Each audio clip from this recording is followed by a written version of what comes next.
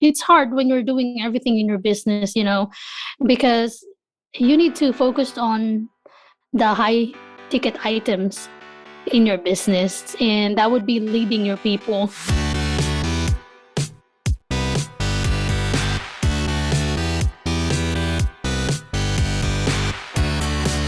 You're listening to The Successful Bookkeeper with your host, Michael Palmer. Listen each week as inspiring guests share their secrets of success to help you increase your confidence, work smarter, and build a business you love.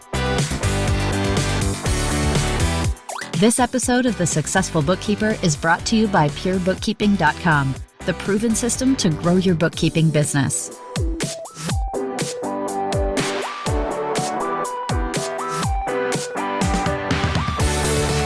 Welcome back to the Successful Bookkeeper Podcast. I'm your host, Michael Palmer, and today's show is going to be a good one. Our guest is the CEO and founder of a virtual assistant agency called Smart VAs, and she's also the host of the Master Delegator podcast. I love that title. Kristy Yoder, welcome to the show.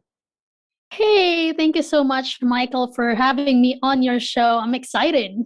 Well, it's exciting to have you. And I mean, with the title of a podcast called the Master Delegator Podcast, I think our listeners are going to love this episode because I'm sure we're going to be talking about maybe delegating some stuff off of our plates. Yeah. Beautiful. Well, let's hear more about you. I'd love to hear about your career journey leading up to this point in your life. Yeah, well, I love sharing my story. So thank you for asking. So again, my name is Kristy Yoder. I was born and raised in Manila, Philippines. I am Filipino, so that's why I have this accent, hopefully everyone's not gonna have a hard time understanding what I'm saying, but I will try to speak slow. So I grew up in the Philippines and I moved to the States 3.5 years ago. But when I was still in the Philippines, I started as a virtual assistant.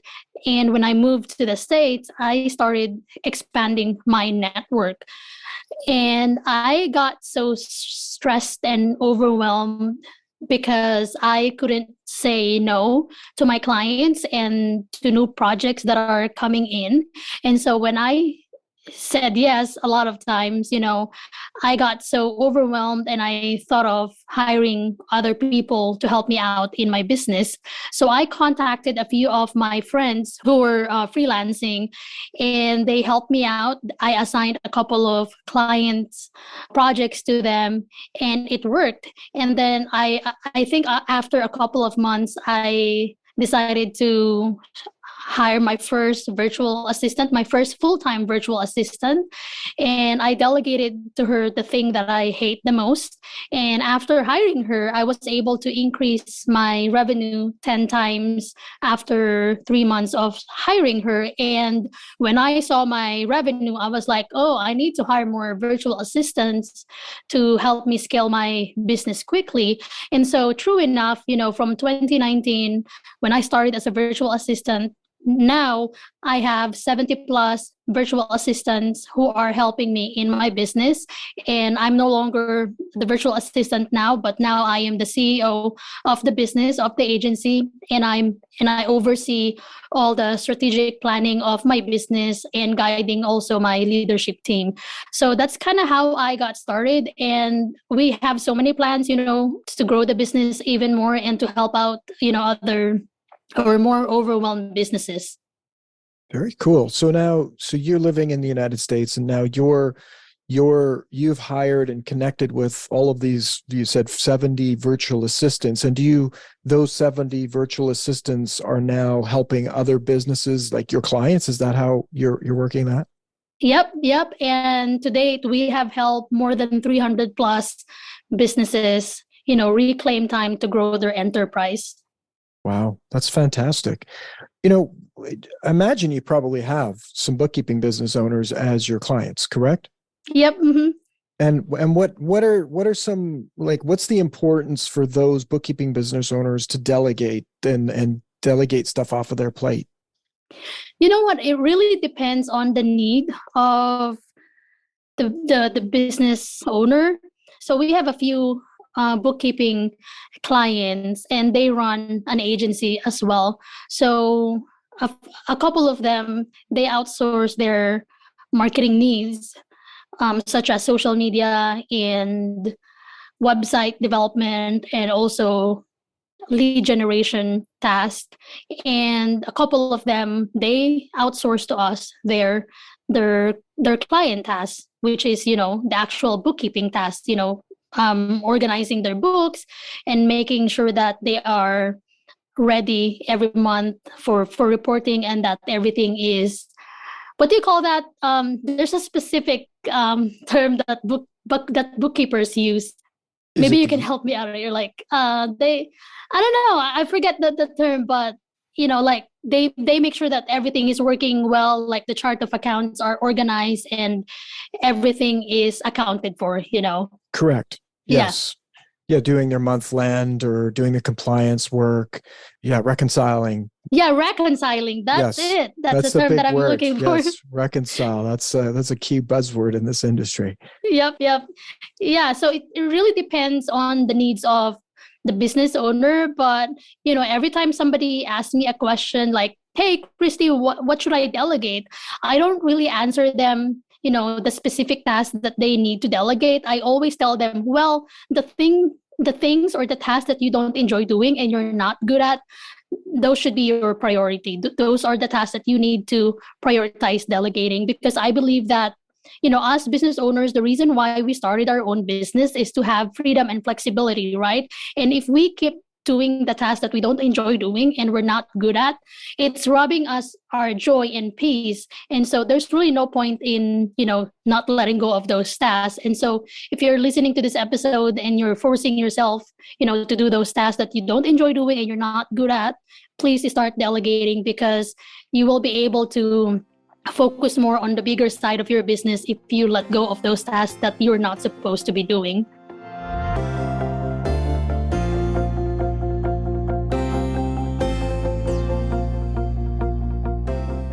So true. So true. And it's amazing that so many probably struggle to even get to that point.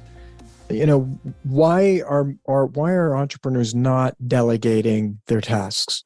Well, I can give you a few reasons. Yeah, I'd love to but know I that, because think I know why I don't, but I do my best to do it, but I find it a struggle sometimes to actually pick what I should delegate. There's things that I often just know that I can do, and it's a little bit complicated. So it's one of those, I don't know, just weak points, I think, in my day, is where it's like, should I be doing this right now? Like, I know I can do it. And sometimes I maybe even enjoy it, but I know it's not the best use of my time. But here I'm still doing this when there's other things that need to get done that I only can do or should be doing. But yet, why am I not getting those off my plate sooner or more effectively? Well, I guess the easy answer to that is because they don't know how to delegate. They don't know what the first step they need to take in order to delegate those tasks. But I believe there is a greater reason as to why they can't delegate, or as to why they find it hard to delegate. And to me, that is because they don't really think about their why, the vision that they have for their business. So to be honest, Michael, I am a very purposeful person. I am a visionary. And I believe that if you are a business owner and you're the leader of your business, you have to become the visionary of your business, because you are leading people and you are leading yourself as well. So if you don't have a vision for your business for the next year or for the next couple of years, then it's going to be hard or difficult for you to delegate your tasks, because you don't know where you want your business to go. But if you have a vision that, for instance, for 2023, if you want to have if you don't want to do your bookkeeping task anymore because you want to scale your business, then you have to act on it. You can't just say every day that I don't want to work on client projects anymore, and I want to be the CEO of my business. Yes, you can say that every day, but if you don't act on it, nothing is going to happen. So if you have a vision that you don't want to work on your clients' projects anymore for 2023, then you need to list down your goals and what are the things that you need to do in order to achieve your goals. And of course, the things that you are going to list down on a piece of paper to achieve your goals, those are the tasks that either you need to do, or either you need to delegate, to other people. And so, yes, I think business owners, they don't delegate because first they don't know what to do, how to delegate. But I think the most important thing there is they forget about their why, their vision. And I feel like if we always think about our mission and our vision in life, we won't have any choice but to delegate. If you are an ambitious business owner and you really want to grow your business, but we don't have a choice but to delegate, because we can't do everything alone in our business. So true. I love that. Should be reminding ourselves every day about our vision and our purpose and mission, because it will dictate what we do in our day, and really inspire us to do things like delegating things off of our plate. Yeah. I'd love to know, when let's say one of our listeners decided to, I'm going to go and hire a virtual assistant. What do they get wrong when they're trying to hire a virtual assistant? That is such a good question. First, they don't set their VAs up for success. They think that when they hire a virtual assistant, they think that their VA is going to run their business. They think that the VA can read their mind, which is very untrue, because nobody can read minds. And they are not structured and organized, meaning they don't have standard operating procedures in place for their VAs to follow. See, a virtual assistant is not a strategist. A virtual assistant is not a business coach. A virtual assistant is there to implement and execute your strategies. And so it's important for a business owner to understand that the business owner is the leader. They should be the one to provide the strategy to their virtual assistant, and that they should set expectations and goals for their virtual assistant as well. So most of the time, I see a lot of business owners who blame their VAs for not doing something, but they don't realize that, your VA, your virtual assistant, is only as good as your instructions. If you don't give complete details to your virtual assistant, or information that are necessary to carry on a task, then your virtual assistant will have a hard time completing a task. So again, I think one of the main reason why some business owners are not successful in hiring a virtual assistant is that they believe that the virtual assistant can do strategy for them, and they expect too much from the virtual assistant, not knowing that they need to set their VAs up for success. Like I mentioned, having SOPs in place, systems and tools and processes in place, those are critical things that a business owner need to have in order for the VA to be successful and to carry out a responsibility. So true. We talk a lot about systems and process on this podcast, and I think often people think that a system might be, well, go to the store and buy a chair. That's the process. So we need a chair. Yeah. But they don't realize how many details are required. It's not what chair, how big, what color, what store, what's it for, what's it going to be when we get it back, what will it need to do, will it need to be assembled, where will it need to go? Like, there's so many things just on that simple task of go get a chair that we could have a couple page document written to get that right. Yes, and that's I love simple that analogy. Yes, it's a great one. It's actually from one of my mentors, Peter Cook. Actually, always talks about, go to the IKEA and buy a chair, right? And so it's like when he actually went and documented that, and it was like a couple pages long, because there's so many points that this could go wrong. Exactly. And when do you need the chair by, right? It's right. When do they need the chair by? And do you need it tomorrow? And I think people too think that other people can figure it out for themselves. Like we overestimate or overthink what someone else is going to think about something else. And I think that's like a human condition. Like we believe, like the way we see the world and the way with our beliefs and our values and all of that, I mean, would be natural to think that we would think most people would think like us, right? I mean, that's Yeah. because that's all we got. We're just cruising through life in our own body and mind. But so many people have come from so many different walks of life and have different values and principles and beliefs, and so that chair is like, why do you need a chair? Sit on a cushion. Exactly. You actually need to provide the reason why, why you want them to get a chair. You need to give them, the purpose of the chair, so that they will be motivated and passionate about getting that right chair for you. That's right. That's right. Now, when we think about a bookkeeping business, I mean, it's complex. It's technical. There's things that you don't want to have people not getting the right chair. It's like this needs to be reported a certain way, it needs to be lodged a certain way. So in this industry, I would imagine having, it's any business though. Like it comes down to like franchises. That's what they're in the business of doing, is making sure that every single store produces the same outcome and experience as the other franchise down the street. And there's some that do that very well, and there's some that don't. And the ones that do it well have great training. They have incredible standard operating procedures, and then they train off of those operating procedures, and they live by them. And that's why when you go to Starbucks, that you're greeted a certain way, they write on your cup a certain way, it's made a certain way. And so the key is those that, like you're talking about, the standard operating procedures that your VA gets, critical. Now, I got a question about that. Do your VAs ever get into business of actually writing those SOPs or instructions? Oh yeah.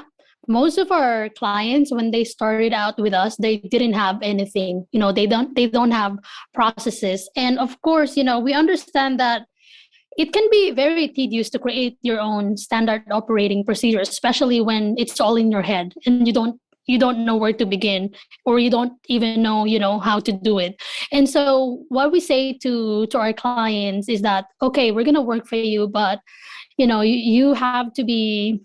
you have to know that as our VAs are doing this specific task, we are going to create processes for you so that when the time comes that your virtual assistant is sick or needs to go on vacation, we can have a temporary replacement for your VA so that the workflow is not going to be affected. And also, people come and go, virtual assistants come and go. So if you decide to let go of your VA, or if your VA decides to resign from her job, then you won't have a hard time training the other person or the new VA, because you already have processes in place to train or to equip your next VA. So yeah, to answer your question, our VAs have done a lot of standard operating procedures for our clients. Beautiful. I love that.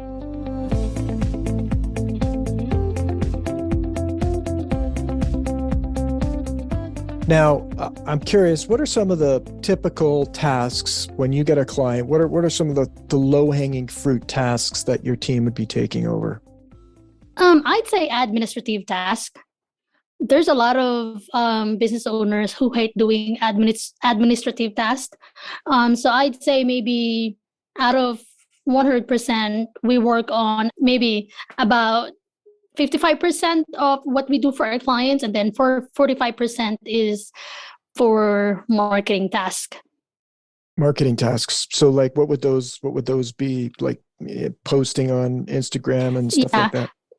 Yeah. So LinkedIn generation, social media management, website maintenance, podcast editing, video editing, ads, Google ads, SEO, Facebook ads, even blog writing, anything that is related to digital marketing. Those are the things that we do for our clients.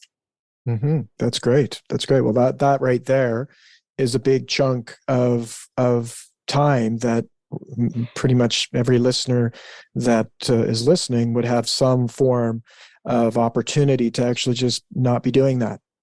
Yeah, exactly. And it's hard when you're doing everything in your business, because you need to focus on the high ticket items.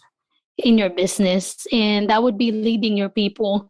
I'm not really sure if majority of your listeners are bookkeeping agency owners, but if you are an agency owner, then it's a must for you, to have a lot of white space in your calendar for thinking time. Because if you have a lot of meetings, if you have a lot of tasks that you're doing in a week, then you won't be able to spend time on the things that matter the most in your business.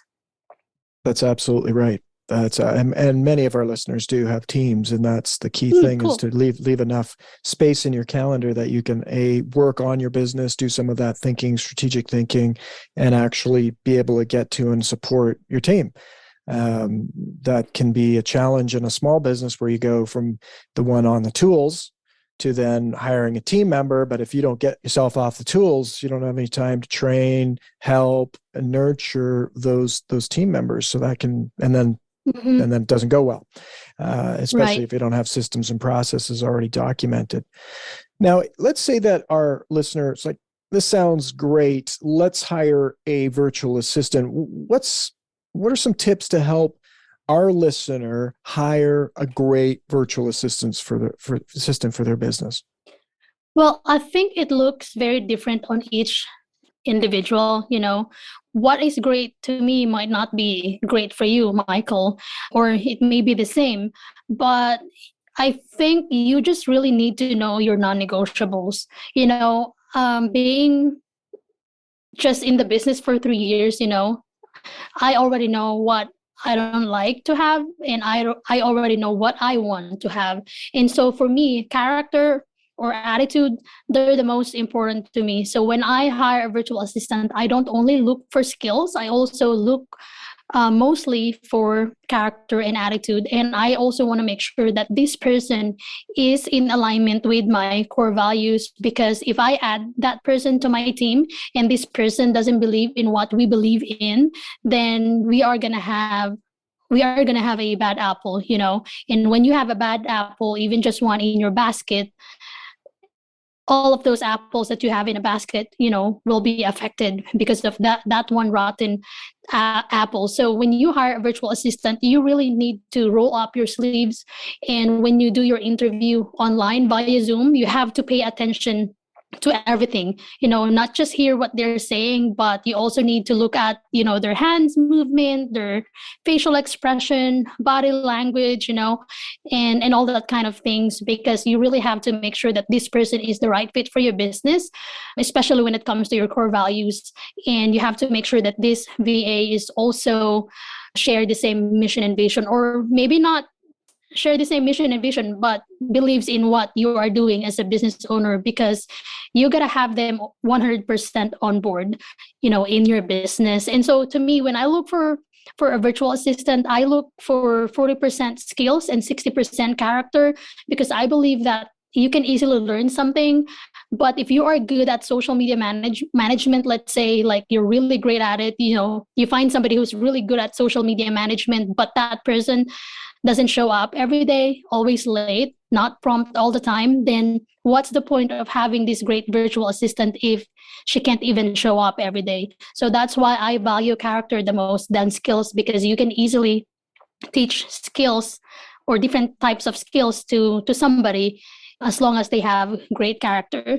And also it's important that when you hire a virtual assistant, again, make sure that you know what you're looking for, know your non-negotiables, and you have to have a job description, meaning you need to know what you want this virtual assistant to do specifically for you. You can't just say, hey, I need a podcast editor or a podcast manager. That's what I'm looking for. That is very broad. You need to specify what exactly do you need. Do you need a VA to promote your podcast in social media? Do you need somebody to edit your audio, to edit your video for social media, or to write your show notes? You have to be very, very specific, and you have to know how much your budget is and how many hours you want your virtual assistant to work for you. And it's also important that you also know how you want to communicate with your virtual assistant, because, virtual assistants, they are working remotely, and from most of the time, you'll be just talking via Zoom if you can't meet physically.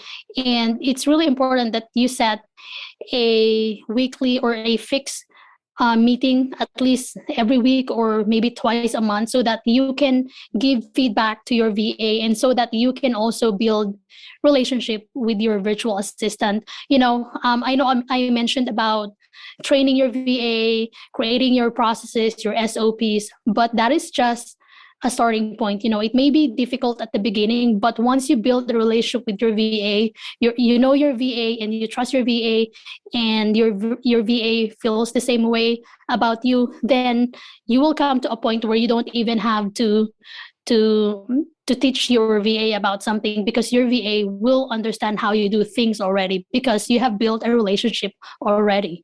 Mm, I love that. That's some amazing tips, on getting this right. How does your firm help? How do you make this easier for our listener? Yeah. So one thing that is really unique about my agency is that we provide a team of virtual assistants. So we don't only provide one, but we assign a team of virtual assistants. And my business model is like that because I am a business owner. I know how it feels when you are trying to scale a business and you have a lot of things that you need to do.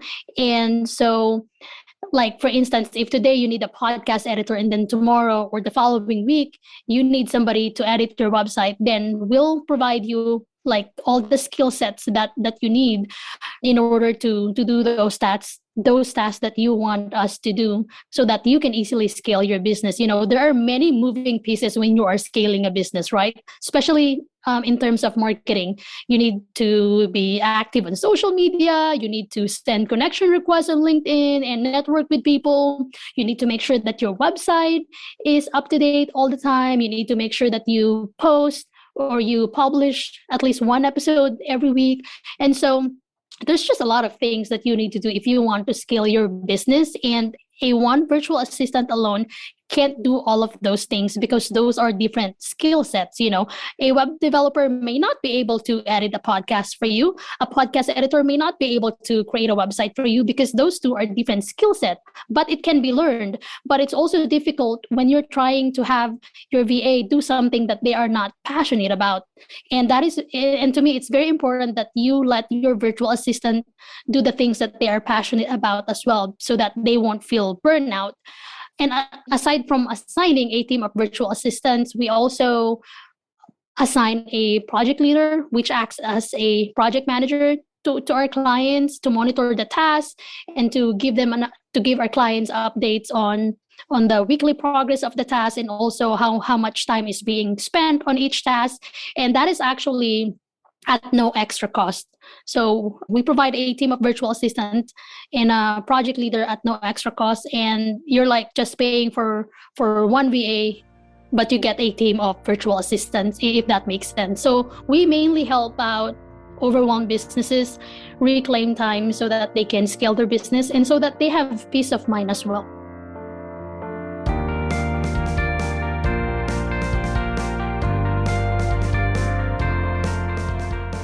So true. I love the idea of having, one point of contact to be able to do the various things in our business. I mean, it's rare that someone's great at all things. Mm-hmm.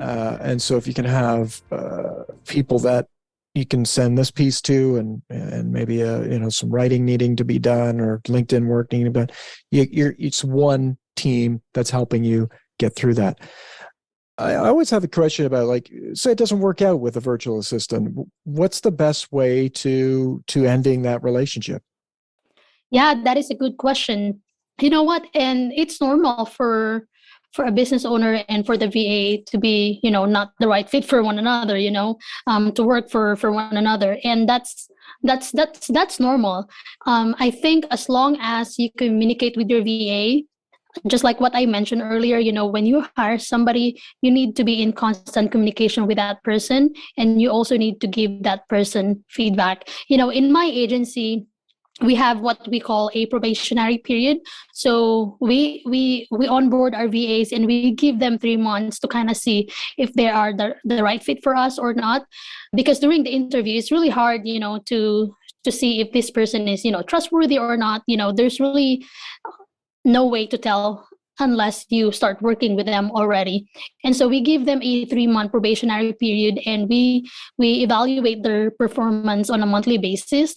And so we give them honest and transparent feedback every month. And so if, let's say, for the first month, the VA is not able to finish, a few tasks, then we'll tell them, hey, your performance this month is not really where it should be. You need to do this, blah, blah, blah, blah. And we're hoping that you will improve on this area by next month. And if the second month still the same, no improvement, then you give feedback. And then the third month, if it's still the same, no improvement, then that's the time you let go of your VA. Now, firing somebody, it's not easy, even though regardless if you like the person or not, it's hard to say, hey, you're fired, you don't have a job anymore. So it's really hard. So it's important that you give concrete feedback to your VA, set a probationary period, so that by the time you're letting go of your VA, they won't be surprised. They won't be shocked that you're letting them go. Or, if you're giving really great feedback to your VA, your VA might even say to you, hey, I think this is not a great fit. I just can't perform, You might not even have to let go of your VA. Your VA might just decide to resign, or look for other clients. And so give feedback, communicate with your VA, and set a probationary period. Very good. I love those tips. They're fantastic. Tell us about your podcast, because you spend a lot of time talking about delegating, I would imagine, based on the title. What can our listeners expect if they were to start listening to your podcast? Yeah. So literally, my podcast is about delegation. That's why the title is Master Delegator. But of course, we don't only just talk about delegation. We also talk about different stories of entrepreneurs, and they share their expertise there. And they also share how they can, or how a business owner can delegate a specific task. Like, for instance, if I have a guest that is experienced in social media management, then we are going to talk about social media management. And then at some part of our interview, we will talk about how you can delegate social media to your virtual assistant. So it's half about, the expertise of my guest and half about delegation. Very cool.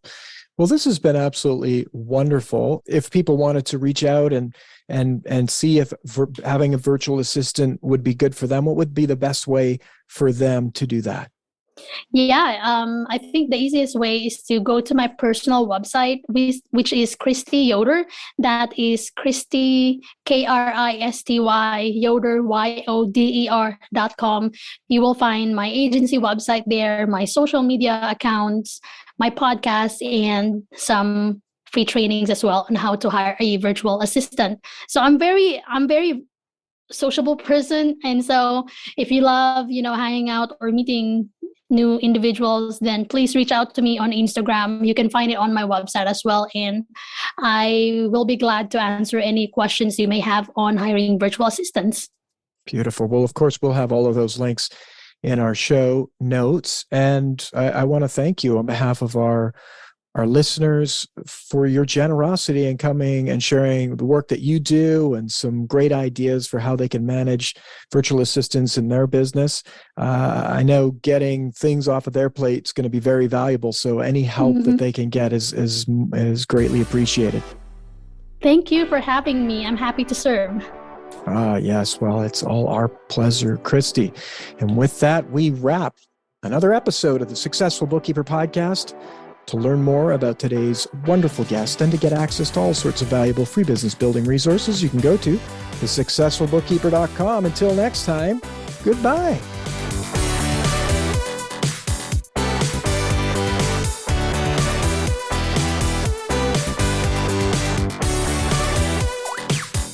You've been listening to The Successful Bookkeeper with Michael Palmer. For more information and to download the resources mentioned in this episode, please visit us at thesuccessfulbookkeeper.com. Thank you for listening.